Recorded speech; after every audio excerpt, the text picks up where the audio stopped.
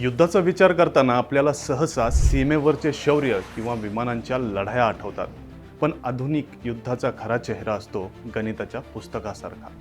Iran सध्या हेच सिद्ध करतंय. इराणने विकसित केलेले शाहेद ड्रोन हे केवळ शस्त्र नसून ते एक आर्थिक अस्त्र आहे. विचार करा, इराणला एक ड्रोन बनवायला जेवढा खर्च येतो त्याच्या 5 पट खर्च ते ड्रोन हवेतच पाडण्यासाठी शत्रूला करावा लागतो. जर तुम्ही शत्रूवर 10 रुपयांचा दगड मारला आणि तो रोखण्यासाठी शत्रूला 50 रुपये खर्च करावे लागत असतील तर तुम्ही न लढताही शत्रूला आर्थिकदृष्ट्या कमकुवत करतायत. आणि सध्या हीच इराणची स्वस्त पण प्रभावी रणनीती आहे.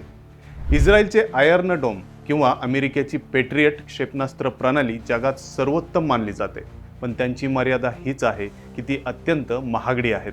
एकीकडे इराण काही हजार डॉलर्सचे ड्रोन पाठवतोय तर दुसरीकडे ते रोखण्यासाठी लाखो डॉलर्सचे इंटरसेप्टर वापरावे लागतात. यात भर पडते ती सक्सेस रेटची.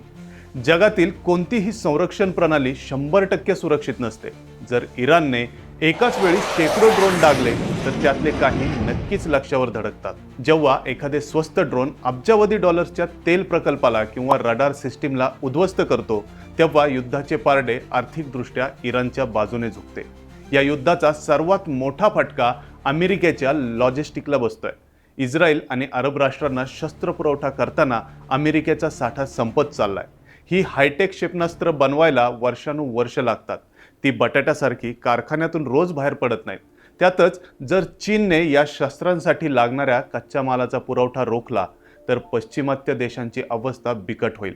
दुसरीकडे सौदी अरेबिया आणि UAE सारखी राष्ट्र जी पर्यटन आणि तेलावर अवलंबून आहेत, त्यांना इराणच्या एका छोट्याशा हल्ल्यामुळे कोट्यावधींच्या विम्याचा आणि व्यवसायाचा फटका बसतो.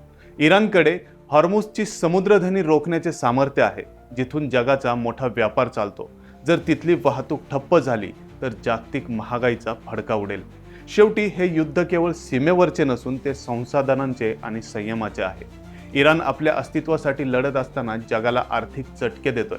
अरब राष्ट्रांचे पाण्याचे प्रकल्प आणि वीज व्यवस्था ही त्यांची कमजोरी आहे आणि इराण नेमका तिथेच निशाणा साधू शकतो.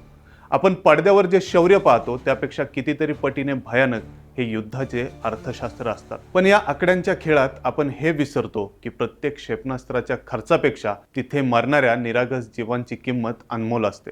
जोपर्यंत हे आर्थिक चटके बसत नाहीत तोपर्यंत कदाचित जगाला युद्धाची भीषणता समजत नाही.